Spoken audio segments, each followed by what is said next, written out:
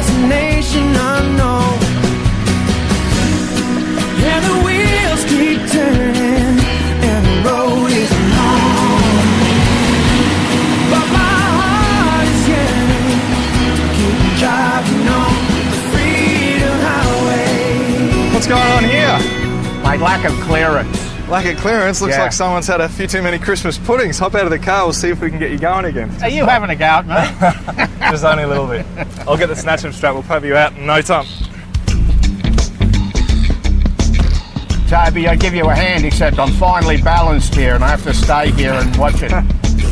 Finally balanced, alright. Now at some point of time, either yourself or someone you know, like Don, is going to get stuck. If your friend is a bit like Don, you'll be getting to know the snatch and strap very, very well because you'll be pulling him out a lot of the time. Now this is the snatch and strap. It works like a ginormous elastic band and it is by far the quickest way to get a vehicle unstuck, particularly in sand.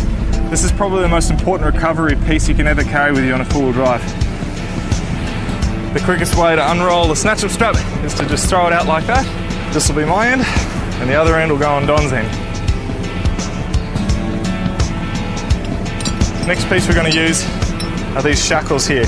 Now it's really important you only use rated recovery gear, especially your shackle, because if this lets go, I've actually witnessed a non-rated one breaking, flying through the rear windscreen, taking your headrest off and then flying through the front windscreen. If the person had been in the passenger seat, it would have killed them. So it's really important that you use quality gear.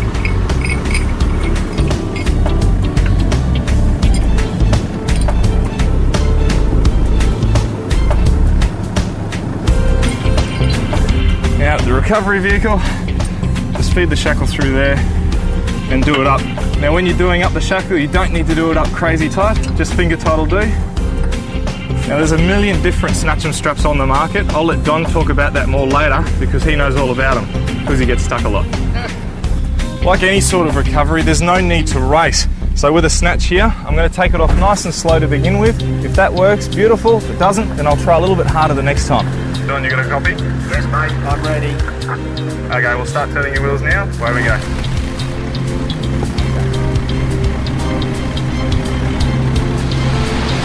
Okay, a little bit harder this time.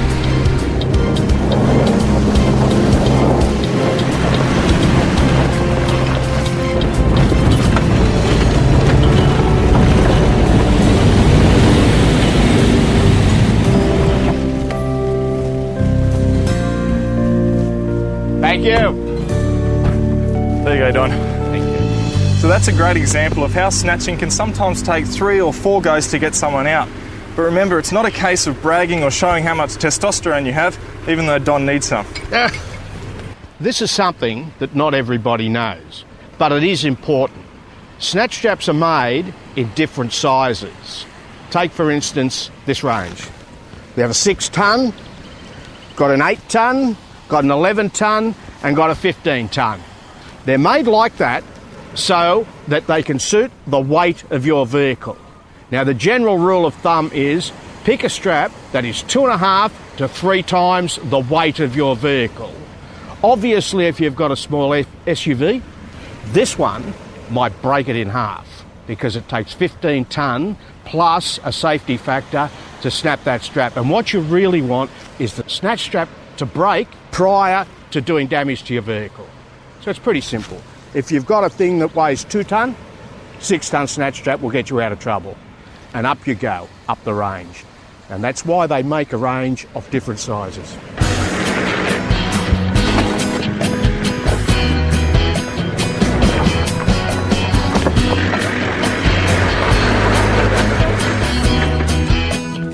Sometimes a single line winch pull isn't enough, especially if you're really, really good at getting stuck like Don. So if you want to double your pulling power, you're going to need one of these.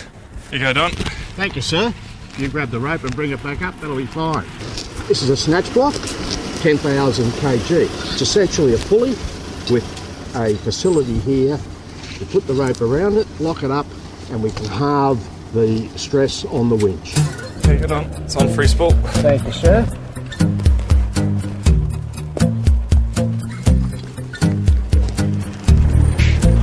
Putting our winch rope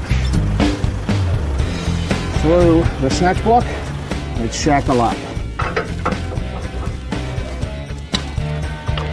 Finger tight, and back off half turn.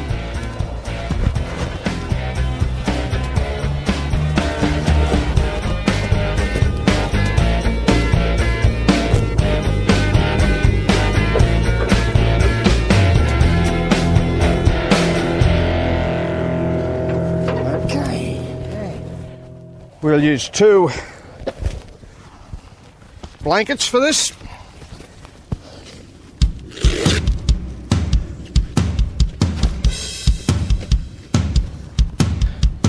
Ready to winch.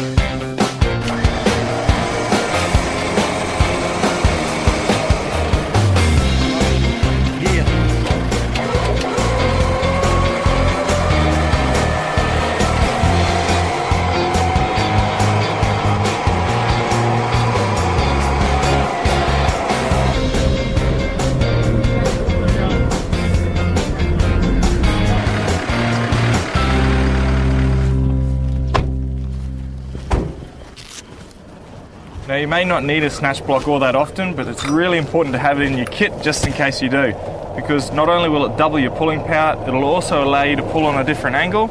And on that note, if you're using this vehicle as an anchor, just make sure it's firmly secured either at the back or very secure on the ground. A maintenance tip for synthetic rope.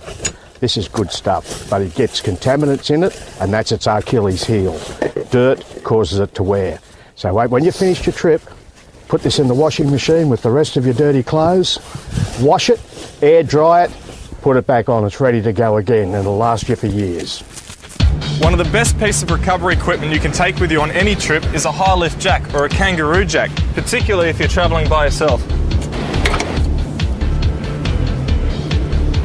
Now you can store the high lift jack in a lot of spots. Most people tend to favour the rear of the vehicle because that's a spot where you don't really have to access a lot. Keep in mind that I don't particularly like bull dust, and it'll get often caught up in the different joins here. It'll stop it from working, so keep that in mind. Alright, at the front of the vehicle here, you notice that the TJM bar has a T-piece built into it. Now, a high lift jack isn't going to be much use to a person that has a modern day vehicle with plastic bumpers front and rear, so having good sturdy bar work, like a TJM bull bar, is really important. Another thing you need, if you're going to be doing it in sand, is a base plate like this, because when you're jacking up the vehicle, if you've just got the standard one, it'll sink into the sand.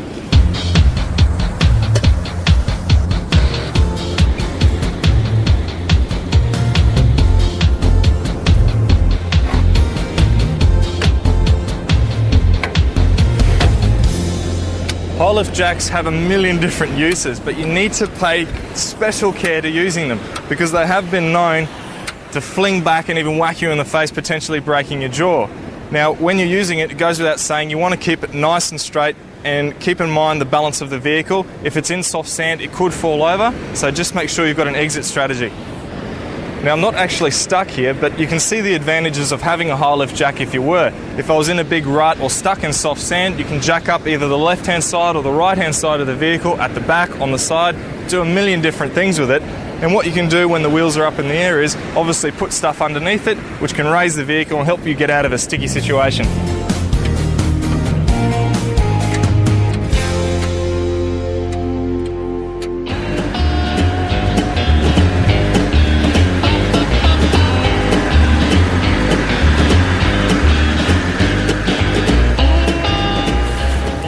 TJM stock a wide range of spotlights, and basically you can choose between halogen bulb or HID. Now the difference between the two is, one allows you to see a kangaroo from a long way away, the other one, HID, allows you to see a long way ahead of you and practically incinerate that same kangaroo.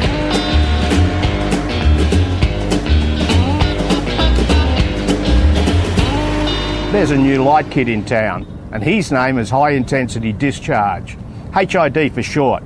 And nothing illustrates the power of the HID light more than when you compare this to my halogen headlamps. These shine down the road a kilometre at least, and they don't degrade every time you turn them on. One of the great advantages of a HID light is they use far less power, so there's less drain on your alternator. This is a 50 watt, and it just gives you fabulous light with half the wattage of what we used to use in the halogen lights.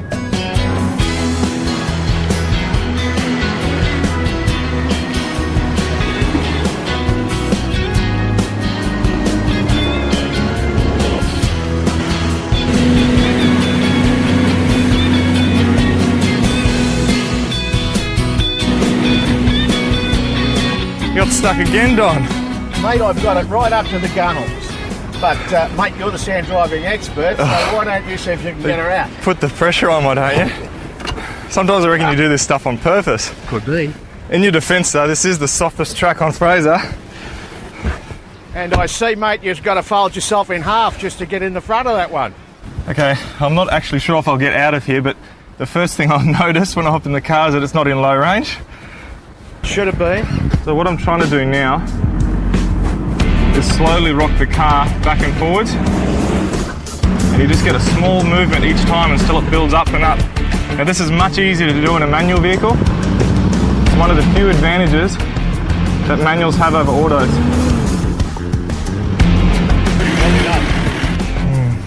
Righto, Don's actually got himself pretty stuck here, mainly because the Triton doesn't have quite as much clearance as the Troopy. It's really getting belly flopped up on the front. So because I don't want to drive into the soft sand myself here, I might have to join two snatches together to get you out. Don, I'll be back in a sec. Okay.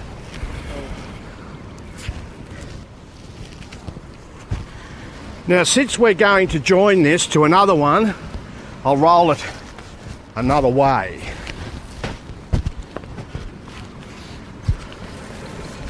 Both ends together. Always remember to keep the strap flat. It loses considerable strength once you twist it or get it wet. Getting a strap wet sometimes is not an option. So when there's twists in the strap, it's considerably weakened. Probably 20% of its rated strength goes. Why we are going to put these two ends together, it makes it easy to join this to another strap so we can stand off and not get into this soft stuff. When these two join, if we join them properly and then snatch, we'll never get the knot apart. Hence this little thing. I'll show you how it goes into the knot, and it'll enable us to then pull our straps apart after the recovery. Here you go, Don. I see you've even rolled it the right way, mate. Strap like that, when you want to join, it's a matter of putting this one through there and this one through there. Toby will then take that, try and keep it nice and straight and flat. Hence this little fellow. I'm going to put that in the centre of the knot, and you'll see that bind up during the recovery, and that will allow us to pull the straps apart. That is the correct way to join two snatch straps.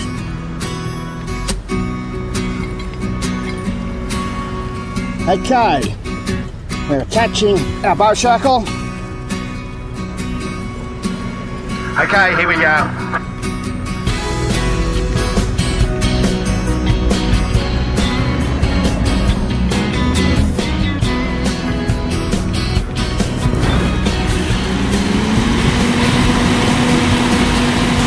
Okay, watch the strap.